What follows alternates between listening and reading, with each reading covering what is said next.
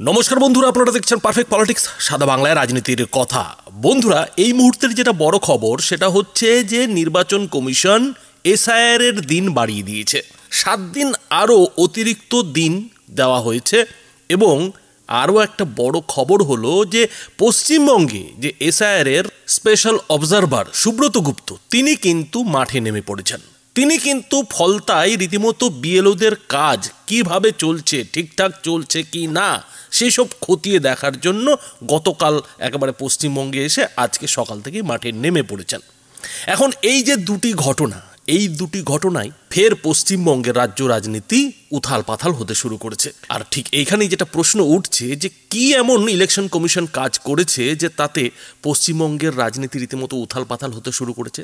শাসক দল তৃণমূলের ফের একবার গায়ে ছ্যাঁকা লেগেছে। বন্ধুরা, এইখানেই কোথাও যেন একটা মাস্টার স্ট্রোক ইলেকশন কমিশনের তরফ থেকে দিয়ে দেওয়া হয়েছে। আর এই যে মাস্টার স্ট্রোকের খেলা, শেষ মুহূর্তে যে কমিশন এটা করতে পারে তার ইঙ্গিত কিন্তু আগে থেকেই পাওয়া যাচ্ছিল, এবং বাস্তবে সেটাই হলো যে এসআইআর ফর্ম জমা দেওয়ার তারিখটা বেড়ে গেল। এখন নতুন যে তারিখ জারি করা হয়েছে তাতে যেটা দেখা যাচ্ছে যে এসআইআর যেহেতু 4 ডিসেম্বর পর্যন্ত ফর্ম জমা দেওয়ার শেষ তারিখ ছিল, সেই তারিখটাকে 7 দিন বাড়িয়ে 11 ডিসেম্বর করে দেওয়া হয়েছে। খসড়া তালিকা যেটা প্রকাশ করার ডেট ছিল সেটা 9 ডিসেম্বর, কিন্তু সেই 9 ডিসেম্বরের জায়গায় নতুন যে নোটিশ জারি করা হয়েছে ইলেকশন কমিশনের তরফে সেখানে 16 ডিসেম্বর করে দেওয়া হয়েছে, অর্থাৎ 7 দিন এখানেও বাড়িয়ে দেওয়া হয়েছে। এরপরে রয়েছে খসড়া তালিকায় যদি কারো আপত্তি থাকে, সেই আপত্তি জানানোর যে সময় ছিল যেটা 9 ডিসেম্বর থেকে 8 জানুয়ারি পর্যন্ত ছিল, সেইটাই 16 ডিসেম্বর থেকে 15 জানুয়ারি পর্যন্ত হয়ে গেছে। এরপরে ছিল অভিযোগ নিষ্পত্তির সময়সীমা, সেই অভিযোগ নিষ্পত্তির সময়সীমা ছিল 9 ডিসেম্বর থেকে 31 জানুয়ারি পর্যন্ত, কিন্তু সেটা এখন বাড়িয়ে 16 ডিসেম্বর থেকে 7 ফেব্রুয়ারি পর্যন্ত করে দেওয়া হয়েছে। তারপরে চূড়ান্ত তালিকায় কমিশনের যে অনুমতি, সেই অনুমতির তারিখটা ছিল 3 ফেব্রুয়ারি, কিন্তু সেটাই এখন বাড়িয়ে 10 ফেব্রুয়ারি করে দেওয়া হয়েছে। আর সর্বশেষ চূড়ান্ত তালিকা প্রকাশের যে 7 ফেব্রুয়ারির দিন, সেই দিনটা পিছিয়ে 14 ফেব্রুয়ারি করে দেওয়া হয়েছে। অর্থাৎ প্রত্যেকটা জায়গায় 7 দিন বাড়ানো হয়েছে। আর এই যে 7 দিনের খেলা, এই 7 দিনের খেলা নিয়েই এখন তৃণমূল মাথার চুল ছিঁড়ছে যে ইলেকশন কমিশন এটা কি করছে, কেন করছে, এর পেছনে কোন খেলা রয়েছে। বন্ধুরা, সত্যি কথা বলতে এই মুহূর্তে পশ্চিমবঙ্গে যে এসআইআর এর কাজ খুব একটা পড়ে রয়েছে, খুব একটা বাকি রয়েছে তেমনটা কিন্তু নয়। ইলেকশন কমিশনের তথ্যই বলছে যে এই পশ্চিমবঙ্গে 90% উপরে কাজ হয়ে গেছে, এবং যে বাকি কাজটুকু ছিল সেই কাজটুকু কিন্তু 4 তারিখের মধ্যে সম্পন্ন হয়েও যেত। তাহলে ইলেকশন কমিশন কেন এই 7 দিন পিছিয়ে দিল? বন্ধুরা, আগে আসা যাক ইলেকশন কমিশনের যুক্তিতে। ইলেকশন কমিশন যে যুক্তিগুলো দিচ্ছে তার মধ্যে যেটা বলা হচ্ছে যে কেন্দ্রশাসিত অঞ্চলগুলোতে যেহেতু খুব ধীরে এসআইআর চলছে, তার জন্য নাকি এই সময়টা বাড়ানো হয়েছে। কেননা আপনারা জানেন যে শুধুমাত্র পশ্চিমবঙ্গ নয়, পশ্চিমবঙ্গ সহ আরও 12টি রাজ্য এবং কেন্দ্রশাসিত অঞ্চলে ইলেকশন কমিশন এসআইআর করাচ্ছে। তো এই প্রথম গেল কেন্দ্রশাসিত অঞ্চলে এসআইআর ধীরে চলছে। একই সঙ্গে উত্তরপ্রদেশের মতো রাজ্যেও এসআইআর ধীরে চলছে, কেননা উত্তরপ্রদেশে সবথেকে বেশি ভোটার রয়েছে, প্রায় 15 কোটির ওপর ভোটার রয়েছে। ফলে যে টাইমটা পশ্চিমবঙ্গের জন্য দেওয়া হয়েছিল সেই টাইমে উত্তরপ্রদেশে এসআইআর করতে সমস্যা হচ্ছে। তৃতীয় যে যুক্তিটা ইলেকশন কমিশনের তরফে দেওয়া হয়েছে সেটা হচ্ছে যে তামিলনাড়ুর পুদুচেরির মতো এলাকায় এখন ঝঞ্ঝা চলছে। অর্থাৎ বন্ধুরা, আপনারা জানেন যে তামিলনাড়ুতে কিন্তু নিম্নচাপের ফলে ঝড় চলছে, তার ফলে এই যে 3-4 দিন নষ্ট হচ্ছে, সেই জন্য তো সময় দিতে হবে, ফলে 7 দিন তার জন্য বাড়িয়ে দেওয়া হয়েছে। আর সর্বশেষ যে যুক্তিটা ইলেকশন কমিশনের তরফে দেওয়া হচ্ছে সেটা হচ্ছে কেরালায় এখন পঞ্চায়েত ভোট চলছে। পঞ্চায়েত ভোটের যে কাজ, সেই কাজের পাশাপাশি এসআইআর এর কাজ করতে সেখানকার যারা সরকারি কর্মী তাদের অসুবিধে হচ্ছে, ফলে সব মিলিয়ে এসআইআর এর কাজ 7 দিন পিছিয়ে দেওয়া হয়েছে। এখন বন্ধুরা, মজার যেটা কথা হলো যে ইলেকশন কমিশনের এই যে যুক্তি, এই যে কারণগুলো, এর মধ্যে কিন্তু একটারও পশ্চিমবঙ্গের নাম নেই। মানে পশ্চিমবঙ্গের কিন্তু কোনো অসুবিধার কারণে এই 7 দিন পেছনো হয়নি, এটা ইলেকশন কমিশন তার যে যুক্তি সেই যুক্তিতে স্বীকার করছে। আর ঠিক এই জায়গাটা দিয়ে যেটা প্রশ্ন উঠছে যে তাহলে পশ্চিমবঙ্গে কেন 7 দিন এসআইআর পিছিয়ে দেওয়া হচ্ছে। ইলেকশন কমিশন চাইলে তো এটা করতেই পারতো যে উত্তরপ্রদেশে 7 দিন পিছিয়ে দিল, কেরালায় 7 দিন পিছিয়ে দিল, তামিলনাড়ুতেও না হয় 7 দিন পিছিয়ে দিল, কিন্তু পশ্চিমবঙ্গে যে তারিখটা ছিল সেই তারিখটাই থাকতো। ইলেকশন কমিশন চাইলে এটা করতে পারতো। হ্যাঁ, এটা নিয়ে হয়তো প্রশ্ন উঠতো যে তামিলনাড়ুতে কেন পিছিয়ে দেওয়া হলো, উত্তরপ্রদেশে কেন পিছিয়ে দেওয়া হলো, পশ্চিমবঙ্গে কেন পিছনো হলো না। এটা নিয়ে তৃণমূল সরকার, তৃণমূল নেত্রী মমতা বন্দ্যোপাধ্যায় আবার ইলেকশন কমিশনকে হয়তো প্রশ্নের মুখে দাঁড় করাতেন, মোদী সরকারকে প্রশ্নের মুখে দাঁড় করাতেন যে বাংলার সঙ্গে বৈমাতৃ সুলভ আচরণ করা হচ্ছে। সেটা হতো, কিন্তু ইলেকশন কমিশন চাইলে সেটা করতে পারত। আর হয়তো সেই সমালোচনা এড়াতেই তামিলনাড়ু, কেরালা, উত্তরপ্রদেশের সঙ্গে সঙ্গে পশ্চিমবঙ্গেরও এসআইআরের যে শেষ সময়সীমা, সেই সময়সীমাটা পিছিয়ে দেওয়া হয়েছে। এটা হতে পারে, কিন্তু এটাই কি আসল কারণ? বন্ধুরা, রাজনৈতিক বিশ্লেষকরা এর পেছনে আরও একটা কারণ খুঁজে পাচ্ছে, আর সেই কারণটা হচ্ছে পশ্চিমবঙ্গের এসআইআরে চিরুনি তল্লাশি করা। পশ্চিমবঙ্গের সঙ্গে সঙ্গে তো অন্য রাজ্য কিংবা কেন্দ্রশাসিত অঞ্চলে এসআইআর হচ্ছে, কিন্তু সেই সব রাজ্যে সেই চিরুনি তল্লাশিটা যতটা না দরকার রয়েছে, পশ্চিমবঙ্গে তার থেকে বেশি চিরুনি তল্লাশির প্রয়োজন রয়েছে। এটা কিন্তু ইলেকশন কমিশন মনে করছে। আর সেই চিরুনি তল্লাশির কেন প্রয়োজন রয়েছে? কারণ এই পশ্চিমবঙ্গেই কিন্তু সব থেকে বেশি অবৈধ বাংলাদেশি রোহিঙ্গারা এসে ঢুকে পড়েছিল। তাদের অনেকেই ওপারে চলে গেছে, ওপারে আবার ফিরে গেছে, কিন্তু অনেকেই বিএলওদের চাপ দিয়ে এসআইআরের যে ফর্ম, সেই ফর্ম কিন্তু জমা দিচ্ছে। আর এই যে চাপ দিয়ে বিএলওদের এসআইআরের ফর্ম জমা দেওয়া, এই জমা দেওয়াটা নিয়েই কিন্তু ইলেকশন কমিশন এখন কড়া হতে চলেছে। কড়া হাতে কিন্তু ব্যাপারটাকে দমন করার একটা সিদ্ধান্ত নিয়ে ফেলেছে। কেননা রাজনৈতিক বিশ্লেষকদের একাংশ যেটা মনে করছেন যে মমতা বন্দ্যোপাধ্যায় এইখানে একটা খেলা খেলেছিলেন, তৃণমূলের তরফে একটা খেলা হয়েছিল। আর সেই খেলাটা হচ্ছে যে যারা এদেশের বৈধ নাগরিক নয়, বৈধ ভোটার নয়, তাদেরও এসআইআর ফর্মের মধ্যে একে তার বাবা, বাংলাদেশি জামাইকে ছেলে বলে চালিয়ে দেওয়া, একজনের চারজন বাপ হয়ে যাওয়া, এইরকম কাণ্ড করে তৃণমূলের তরফে প্রচুর পরিমাণে এসআইআর ফর্ম জমা দেওয়া হচ্ছিল। আর এর পেছনে যেটা খেলা ছিল যে এর ফলে প্রচুর এসআইআর ফর্ম বাতিল হতো। আর যত বেশি এসআইআর ফর্ম বাতিল হবে, ততই বেশি তো আন্দোলন করার সুযোগ হবে, প্রতিবাদ জানানোর সুযোগ পাওয়া যাবে। তো এই সংখ্যাটা যাতে বেশি হয়, রাজনৈতিক বিশ্লেষকদের একাংশ যেটা মনে করছেন যে তৃণমূল এইখানে এই ভোট সংখ্যাটা কিন্তু বাড়ানোর চেষ্টাতে ছিল। আর সেই কারণেই কিন্তু বিরোধীদের চাপ দিয়ে সব ভুয়ো এসআইআর জমা দিচ্ছিল। এখন বিরোধীরাও একই অভিযোগ করছে, বিজেপিও কিন্তু একই অভিযোগ করছে যে তৃণমূলের তরফে বিএলওদের চাপ দেওয়া হচ্ছে, চাপ দিয়ে কিন্তু ভুয়ো তথ্য দিয়ে এসআইআর ফর্ম জমা দেওয়ানো হচ্ছে। আর এই যে বিএলওদের চাপের ফলে অসুস্থ হয়ে যাওয়া, হাসপাতালে ভর্তি হওয়া, আত্মহত্যার অভিযোগ ওঠা, সমস্ত কিছুর পেছনে এই তৃণমূলেরই চাপটা আসলে কাজ করেছে, এমনটা কিন্তু বিজেপির নেতারা দাবি করছে। এখন এই জায়গায় দাঁড়িয়ে এই খেলাটাকে ধরতেই ইলেকশন কমিশন এই স্পেশাল অবজারভার সুব্রত গুপ্তকে মাঠে নামালো কিনা, সেটাই এখন তৃণমূলের জন্য বড় চিন্তার কারণ হয়ে দাঁড়িয়েছে। তৃণমূল বেশ বুঝতে পেরেছে যে এই খেলাটাও কিন্তু ইলেকশন কমিশন ধরে ফেলেছে। আর এই যে ইলেকশন কমিশনের খেলাটা ধরে ফেলা, এটা কি ইলেকশন কমিশন নিজে ধরেছে নাকি বিজেপি কোনো কলকাঠি নিয়েছে? এই প্রশ্নটাই কিন্তু এখন তৃণমূলের মুখপাত্রদের করতে দেখা যাচ্ছে।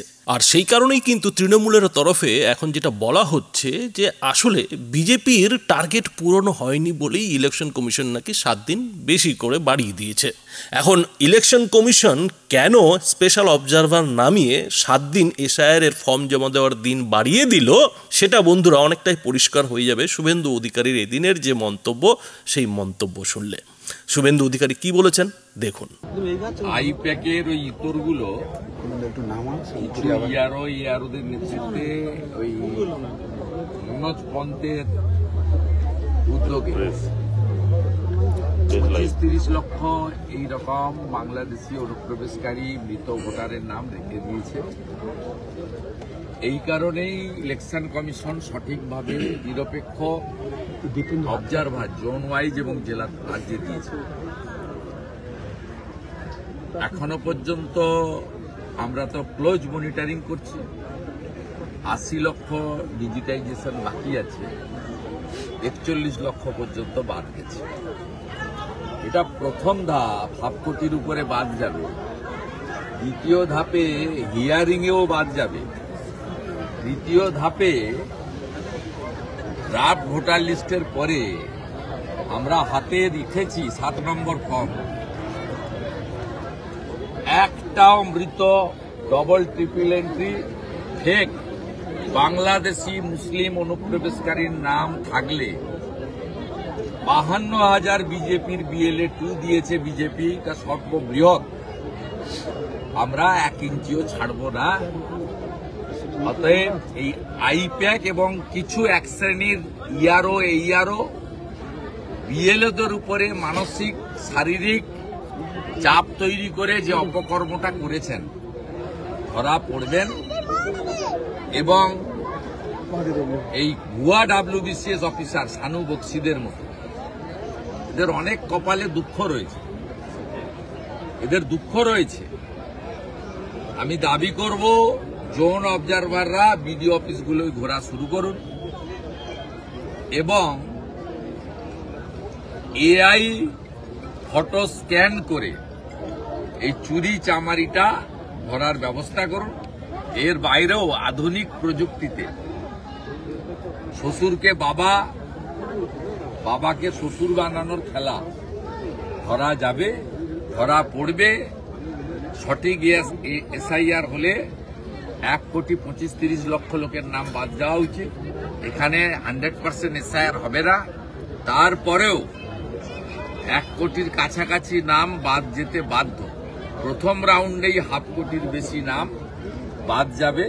সোফার মাই ইনফরমেশন অ্যান্ড নলেজ 41 লক্ষ নাম অলরেডি ডিলিটেড।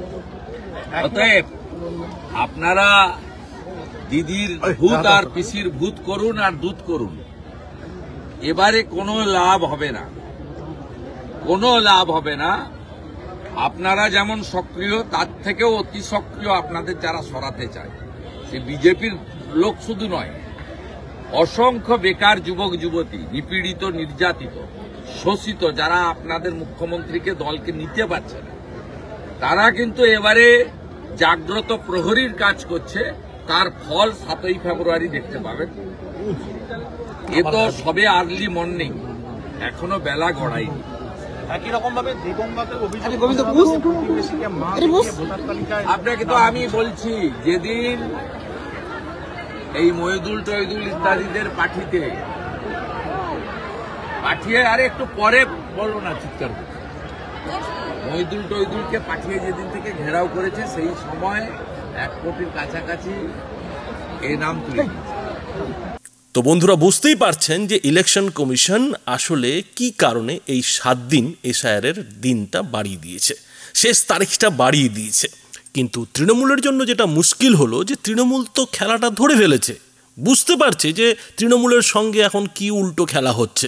কিন্তু মুশকিল হলো যে তৃণমূল সব বুঝেও কিছু করতে পারছে না। আর তাই তৃণমূলের তরফে আবারও সেই পুরনো মরাকান্না শুরু করে দেওয়া হয়েছে যে আমরা তো আগেই বলেছিলাম যে 2 মাসের মধ্যে SIR সম্ভব নয়, এর জন্য কমপক্ষে 2 বছর 3 বছর লাগবে। তো সেটা এখন ইলেকশন কমিশন বুঝতে পারছে। কথা হচ্ছে যে ইলেকশন কমিশনের যে 2 বছর এই বাংলায় SIR করতে লাগবে না সেটা পরিষ্কার, 90% কাজ এরই মধ্যে হয়ে গেছে। কিন্তু তারপরেও তো তৃণমূলকে কিছু বলতে হবে, তো সেই কথাটা বলছে 7 দিনের বাড়তি সময় মানে 2 বছর লেগে যাবে, এটা তো কখনো হয় না। ফলে তৃণমূলকে তো কোথাও একটা নিজের বক্তব্য রাখতে হবে, ইলেকশন কমিশনকে কাঠগড়ায় দাঁড় করাতে হবে, সেটাই তৃণমূলের তরফে করা হচ্ছে। কিন্তু তৃণমূল এই কথাটা বলেও আবার উল্টো দিকে ফেসে যাচ্ছে, কেননা বিজেপি পাল্টা আবার এর উত্তরে যেটা বলতে শুরু করেছে যে হ্যাঁ 2 বছর ধরেই SIR হোক, 3 বছর ধরেই SIR হোক, কিন্তু 3 বছর 2 বছর ধরে SIR হওয়ার সময় পর্যন্ত এই পশ্চিমবঙ্গে রাষ্ট্রপতি শাসন থাকবে। মমতা বন্দ্যোপাধ্যায় তার মুখ্যমন্ত্রীর পদ থেকে ইস্তফা দিয়ে দেবেন, আর তারপরে 2 বছর ধরে হোক না SIR, তার জন্য 2 বছর ধরে রাষ্ট্রপতি শাসন থাকবে পশ্চিমবঙ্গে। তোরা বলছেন যে এটাই তো শুরু থেকে তৃণমূল কংগ্রেসের বন্ধু BLO সংগঠন তারা এটাই বলে আসছেন, ফলে সেটাই করতে হলো বাধ্য হয়েছে। মমতা বন্দ্যোপাধ্যায় বলেছিলেন যে 2 বছর টাইম লাগে SIR করতে, তো 2 বছর টাইম দেওয়া উচিত। আমরাও তো চাইছিলাম মমতা বন্দ্যোপাধ্যায়ের কথা মেনে 2 বছর করে দেওয়া হোক এবং রাষ্ট্রপতি শাসন জারি করে যতদিন পর্যন্ত মমতা বন্দ্যোপাধ্যায়ের টেনিওর আছে ততদিন পর্যন্ত উনি মুখ্যমন্ত্রী থাকতেন, আর ওনার টেনিওর শেষ হয়ে যাওয়ার পর রাষ্ট্রপতি শাসন জারি করে SIR ভোট যা করানো হতো। আমরাও তো সেই দাবি করছিলাম, আমাদের তো কোনো অসুবিধা ছিল না। তবে উনি 2 বছর চেয়েছিলেন, 1 সপ্তাহ বেড়েছে। এটাকে কতটা মানা ওনারা মানবেন সেটা ওনাদের ব্যাপার, আমাদের অসুবিধা নেই। ইসি ঠিক করবে, অসুবিধা নেই। পিসি ঠিক করবে না, পিসির বিদায় হবে। ফলে ইলেকশন কমিশনের এই যে SIR এর দিন 7 দিন পিছিয়ে দেওয়া, সেই খেলাটা তো তৃণমূল বুঝতে পারছে, কিন্তু কিছু করতে পারছে না, কিছু বলতে গিয়েও কিন্তু ফেঁসে যাচ্ছে। আর এইটাই কোথাও যেন ইলেকশন কমিশনের কাছে মাস্টার স্ট্রোক হয়ে যাচ্ছে। তো বন্ধুরা, এ বিষয়ে আপনাদের কি মতামত? আপনাদের মতামত অবশ্যই এই ভিডিওটির নিচে কমেন্ট বক্সে লিখে জানান। ধন্যবাদ।